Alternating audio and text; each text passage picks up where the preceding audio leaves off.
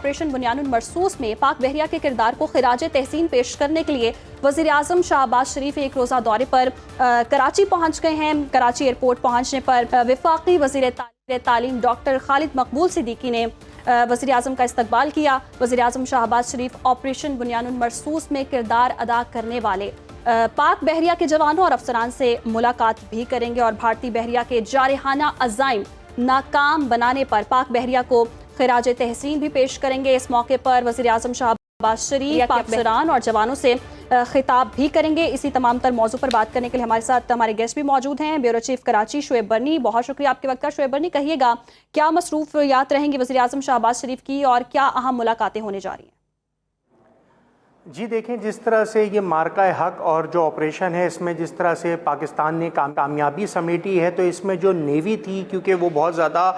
T V پہ منظر عام پہ سامنے نہیں آ سکی، تو اس کے کردار کو سراہنے کے لیے وزیر اعظم نے خاص طور پہ کراچی کا مختصر دورہ کرا، جہاں پہ آج ان کے ہمراہ خواجہ آصف، اس کے علاوہ جو دیگر وزراء میں احسن اقبال اور عطا تارڑ صاحب بھی شامل تھے۔ جب کراچی میں وہ لینڈ کرے تو ان کو وفاقی وزیر جو کہ ڈاکٹر خالد مقبول صدیقی ہیں، انہوں نے ان کا استقبال کیا اور اس دوران وہاں پہ کور کمانڈر کراچی بھی موجود تھے۔ ہم نے یہ دیکھا کہ خاص طور پہ وزیر اعظم کی کوئی کراچی میں دیگر ایسی کوئی مصروفیات تو نہیں تھیں، خاص کر جو ان کی مصروفیات تھی وہ یہی تھی کہ پاکستان نیوی کا جو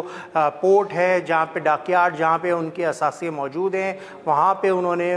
جو نیوی کے اہلکار ہیں، افسران ہیں، ان سے خاص طور ملاقات کرنے کے لیے وہ دورہ کراچی کیا۔ ملاقات کا مقصد یہ تھا کہ ان کے کردار کو سراہا جائے، جس طرح سے پاکستان نیوی نے بھارت کی نیوی کو ہلنے نہیں دیا سمندر میں، اور ان کے پاس ہم سے بڑی نیوی ہونے کے باوجود ان کو بالکل باندھ کے رکھا کہ وہ سمندر میں کوئی موومنٹ نہیں کر سکے، کوئی سمندر سے وہ جارحیت نہیں کر سکے، جس کا اظہار انہوں نے کیا تھا کہ ہم کریں گے۔ تو اس سلسلے میں ہی خراج تحسین پیش کرنے کے لیے اور اہلکاروں کا جذبہ بڑھانے کے لیے جو ہے وزیر اعظم پاکستان کا یہ دورہ اہم تھا، کیونکہ وہ خاص کر پاکستان نیوی کے اہلکاروں سے ملنا چاہتے تھے جو کہ ان سنگ ہیروز ہوتے ہیں، اور ان کو ہم بھی ٹی وی پہ نہیں دکھا پاتے کیونکہ وہ اس سمندر میں رہتے ہوئے کشتیوں میں اور سب میرین میں اپنے فرائض انجام دے رہے ہوتے ہیں۔ زمینی فوج اور آسمانی فوج کو تو ہم دیکھ سکتے ہیں، لیکن جو سمندری فوج ہوتی ہے جو کشتیوں پہ موجود ہے، جنگی جہازوں پہ موجود ہے، سب میرین میں موجود ہے، وہ اصل ان سنگ ہیروز ہوتے ہیں، جن کے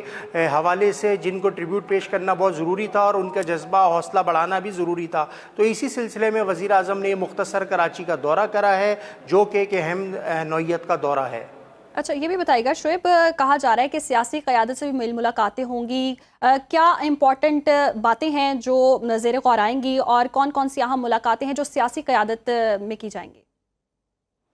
دیکھیں، سیاسی قیادت کی بھی اگر بات کی جائے تو آج کل تو کیونکہ جس طرح انڈیا کی جارحیت کے بعد سے تمام قوم ایک ہو گئی ہے، پورا ملک جو ہے اس وقت ایک مٹھی کی مانند ہے، اور تمام سیاسی جماعتیں ہوں یا اپوزیشن جماعتیں ہوں یا اتحادی جماعتیں ہوں، تمام جو ہیں وہ پاک فوج سے اظہار یکجہتی دکھا رہے ہیں۔ ملک کے مختلف علاقوں میں جو ایونٹس ہو رہے ہیں اس میں وہ شریک ہیں۔ تو یقینی طور پہ جب وزیر اعظم کراچی آئے ہیں تو ان کے ساتھ جب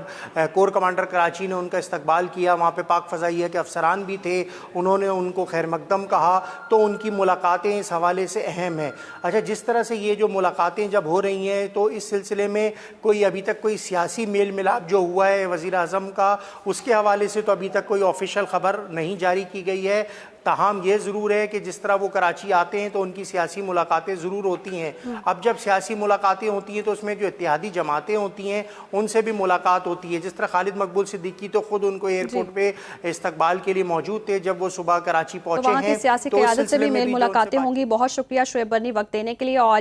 جیسے کہ آپ نے کہا کہ پاک بحریہ کے جو جوان ہیں، پاک افواج کے جو ہمارے جوان ہیں وہ ہمارے ہیروز ہیں اور انہیں خراج تحسین پیش کرنا چاہیے، اور بارہا کر رہے ہیں ہم۔ اور وزیر اعظم شہباز شریف بھی ایک روزہ دورے پر کراچی میں موجود ہیں اور ان سے ملاقاتیں بھی کریں گے اور ان کی کارکردگی کو سراہیں گے بھی اور انہیں خراج تحسین بھی پیش کیا جائے گا۔ پروگرام میں مزید موضوعات پر بھی بات کریں گے ایک بریک کے بعد۔ ویلکم بیک ناظرین، پروگرام کا سلسلہ آگے بڑھائیں گے۔ پاکستان اور آئی ایم ایف کے درمیان آئندہ مالی سال 2025 اور 26 کے لیے پالیسی سطح کے مذاکرات 23 مئی تک جاری رہیں گے، جبکہ وفاقی بجٹ 2 جون کو قومی اسمبلی میں پیش کیا جائے گا۔ آئی ایم ایف کے ساتھ پالیسی سطح کے مذاکرات میں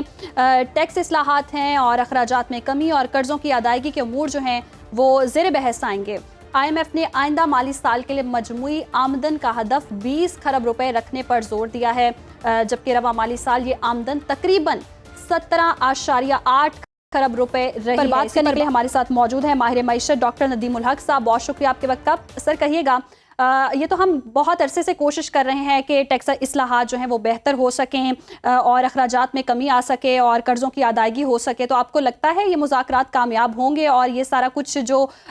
زیر غور آ رہا ہے اس پر عمل درآمد بھی ہوگا؟ دیکھیے جی، مذاکرات تو ہمیشہ کامیاب ہوں گی جی، بیکاز IMF ہمیشہ پیسے دیتا رہے گا۔ IMF نے رکنا نہیں ہے کیونکہ IMF میں زندہ رکھنا ہے۔ مسئلہ ہمارا ہے کیا ہم اصلاحات کرنا چاہتے ہیں کہ نہیں چاہتے، جی، اور مجھے ابھی تک نظر نہیں آ رہا ہمیں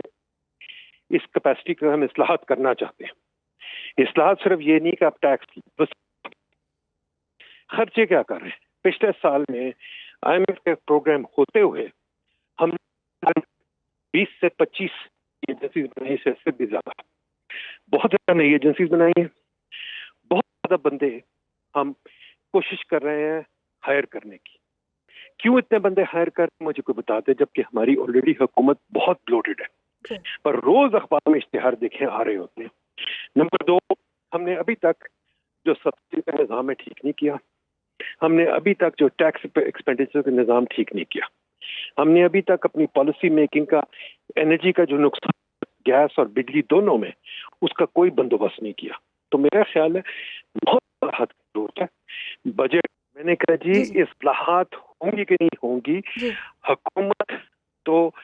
IMF سے پیسے لے لے گی، IMF نے دینے ہیں پیسے۔ یقیناً ٹیکس اصلاحات ہیں اس پر بھی کام کیا جائے گا، اور جی مذاکرات جب ہوں گے تو اس میں اخراجات کی کمی کے حوالے سے بھی بات کی جائے گی اور قرضوں کی ادائیگی کے حوالے سے بھی بات کی جائے گی، اور یقیناً جیسے کہ ندیم صاحب نے کہا کہ کیپیسٹی ہے نہیں اتنے لوگوں کی، آلریڈی بہت زیادہ لوگ ہیں اور حکومت اور لوگوں کو ہائر کر رہی ہے، جس کی وجہ سے ایک طرف سے بات کی جاتی ہے اخراجات کی کمی کی، دوسری جانب ہم دیکھ رہے ہیں کہ اضافہ بھی ہوتا جا رہا ہے اخراجات میں، اس طرح سے کمی نہیں آ رہی ہے اور ہم قرض لیتے جا رہے ہیں، ہمارا ملک مقروض ہوتا جا رہا ہے اور الٹیمیٹلی عوام کو اس طرح سے سہولت مل نہیں رہی ہے۔ اور ابھی خبر یہ بھی آ رہی ہے کہ پیٹرولیم مصنوعات جو ہیں ان کی قیمتوں میں بھی اضافہ دیکھنے میں آئے گا اور تنخواہ دار طبقے کے حوالے سے بھی کوئی خاصا ریلیف آنے والے وقتوں میں دیکھا نہیں جا رہا ہے، تو عوام پر مزید بوجھ ہی بڑھے گا۔ بٹ حکومت کے دعوے ہیں کہ جو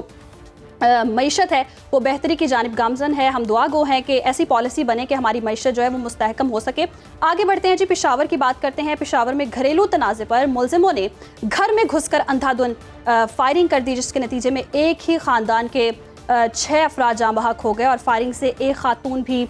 زخمی ہوئی ہے۔ واقعے کے خلاف لواحقین نے احتجاج بھی کیا ہے، پولیس نے ملزمان کے خلاف مقدمہ درج کر کے گرفتاریوں کے لیے چھاپے مارنے شروع کر دیے ہیں۔